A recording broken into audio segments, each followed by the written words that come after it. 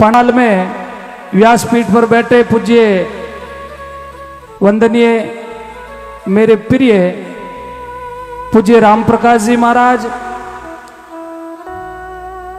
गांव के सभी बुजुर्गगण, मातृशक्ति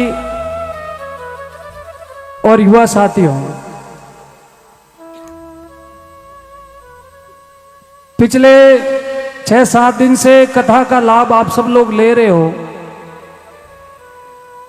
और ये एक सुंदर माहौल जो भगवान के भजन का, सत्संग का जो आप सबको अवसर मिला है, इस अवसर पर मैं आपको यह कह सकता हूं कि यह काम आपने अपने जीवन के लिए कर लिया। संसारिक नावादौड़ और अपने लिए करना वो एक अलग बात है, लेकिन सत्संग का ये आयोजन करवाकर सबको सत्संग का लाभ लिलवाकर आप सबने जो ये भव्य और दिव्य काम किया है, आप वाकई धन्यवाद के पात्र हैं कि आप सब ने सत्संग के जरिए इतने संत महापुरुषों के दर्शन आप सब लोगों ने किए और आपकी ये पवित्र पुण्य धरा भी पवित्र हुई और सत्संग का प्रभाव पूरे क्षेत्र भर में गया। जहां जहां पूज्य राम प्रकाश जी ने इस कथा का श्रवण आप सब लोगों को करवाया, पूज्य राम प्रकाश जी पूरे भारतवर्ष में अपनी कथाओं के माध्यम से समाज को एक नई दिशा देने का कार्य कर रहे हैं और इनके मुखारबिंद से जहां जहां तक आवाज गई वहां वहां का माहौल भी पवित्र हुआ, वहां वहां की धरती भी पवित्र हुई और अदृश्य शक्तियां जो हम सबको आशीर्वाद देने के लिए पंडाल में आई होगी, मैं निश्चित रूप से कह सकता हूं कि उन शक्तियों की भी मोक्ष प्राप्ति इस कथा के माध्यम से हुई होगी। आप सबने बहुत ही सुंदर ये आयोजन करवाया। पिछले 3-4 दिन पे कथा से 2-3 दिन पहले मैं भी यहाँ चांदलेव आया हुआ था और आपका डॉक्टर साहब का और फोन आया कि बाबूजी कथा है, आपको आना है। तो इन लोगों ने कहा कि नहीं, हम लांबिया आकर आपको निमंत्रण देंगे। मैंने तो इनको कहा कि मैंने तो यही मान लिया, मैं आ जाऊंगा, यहाँ वहां आने की आवश्यकता नहीं है क्योंकि आप सबके पास समय कम है, मेहनत ज्यादा करनी है। मगर इन्होंने सब काम छोड़कर लांबिया धाम पर आकर निमंत्रण दिया तो आपका भाव हमें भी यहाँ खींच लाया और हमें भी इस कथा का लाभ लेने के लिए यहाँ आना पड़ा। आप सबके दर्शन का सौभाग्य भी प्राप्त हुआ। सत्संग का यह आयोजन दिव्य हुआ और निश्चित रूप से आप सबके जीवन में इस सत्संग का प्रभाव रहेगा, ऐसी मैं प्रभु से कामना करता हूं। क्योंकि सत्संग करना, सुनना एक अलग बात है और अपने जीवन में उतारना एक अलग बात है।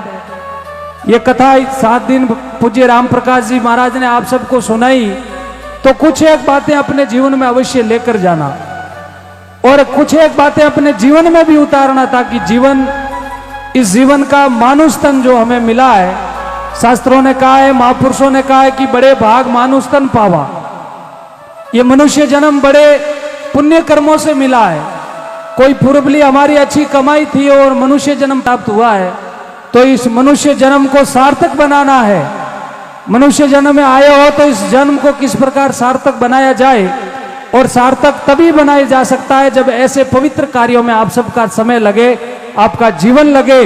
बाकी तो काम हम सब लोग अपने स्वार्थ के लिए करेंगे, लेकिन ये सत्संग, ये पुरुषार्थ का काम, सेवा का काम, परोपकार का काम, ये परमार्थ का काम यदि आप लोग करोगे तो निश्चित रूप से आपके जीवन में भगवान की असीम कृपा रहेगी। आवश्यकताओं की जो विशेष बातें हैं, मात्र 5-10 मिनट आप सबके साथ मैं बातचीत करूंगा। मैं इस पवित्र जो आयोजन आप सबका चल रहा है, इसमें विघ्न भी नहीं डालना चाहता हूं, क्योंकि सुंदर आप सब लोग बड़े मधुर विचारों से इस कथा का श्रवण कर रहे हो। आवश्यकताएं की चीजें ये है कि आज शिक्षा की ज्यादा आवश्यकता है। बच्चों को अच्छी शिक्षा दीजिए और शिक्षा से कई ज्यादा संस्कारों की भी आवश्यकता है। शिक्षा और संस्कार ये दोनों का जोड़ा है। ज्यादा शिक्षा आएगी और यदि संस्कार लुप्त हो गए तो वो शिक्षा भी काम की नहीं है।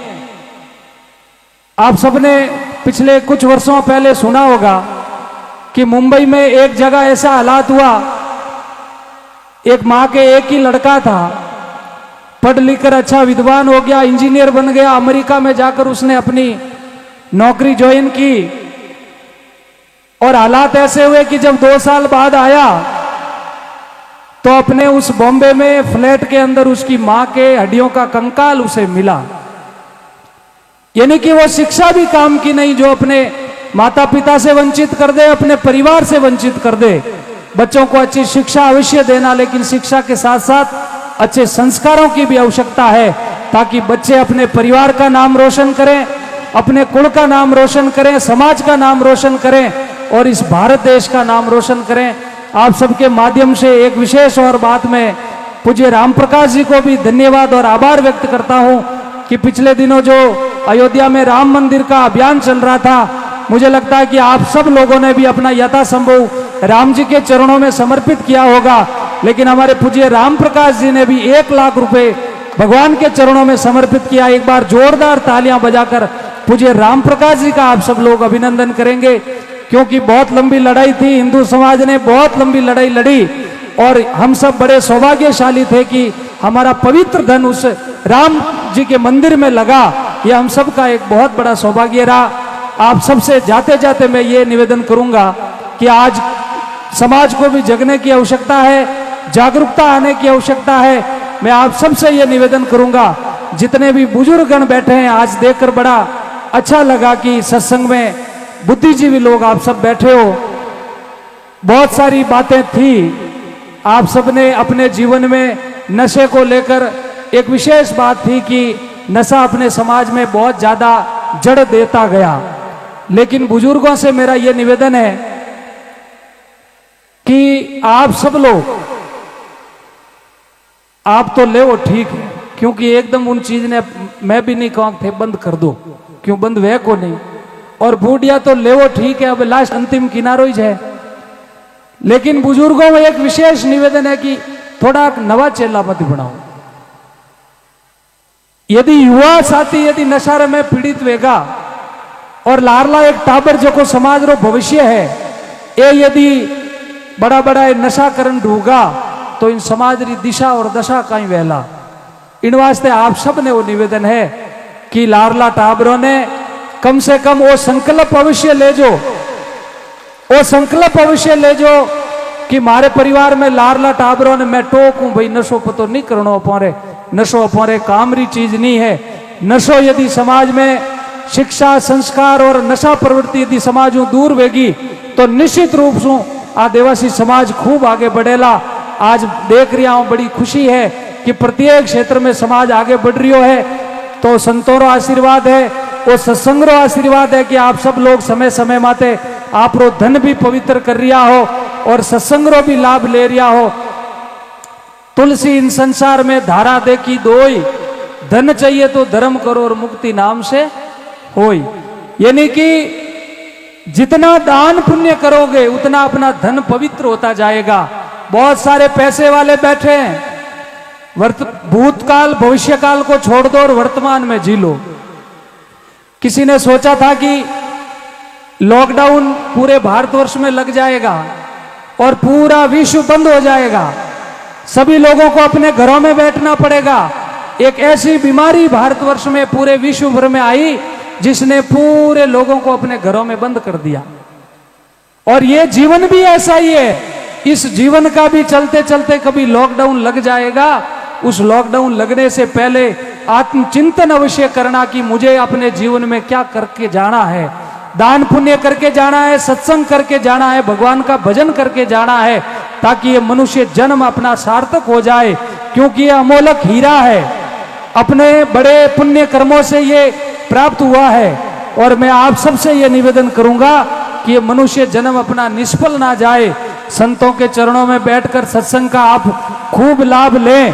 पूज्य संत आप सब पर पूरे गांव पर, पूरे ग्रामीण वासियों पर संतों की असीम कृपा रहेगी, संतों का आशीर्वाद रहेगा। क्योंकि आप सब लोगों ने संतों के प्रति जो श्रद्धा और भाव बताया है, जो श्रद्धा और भाव दिखाया है, निश्चित रूप से संत जन भी अपने हृदय से आप सबको आशीर्वाद देंगे और राम जी की आप सब पर खूब कृपा रहेगी।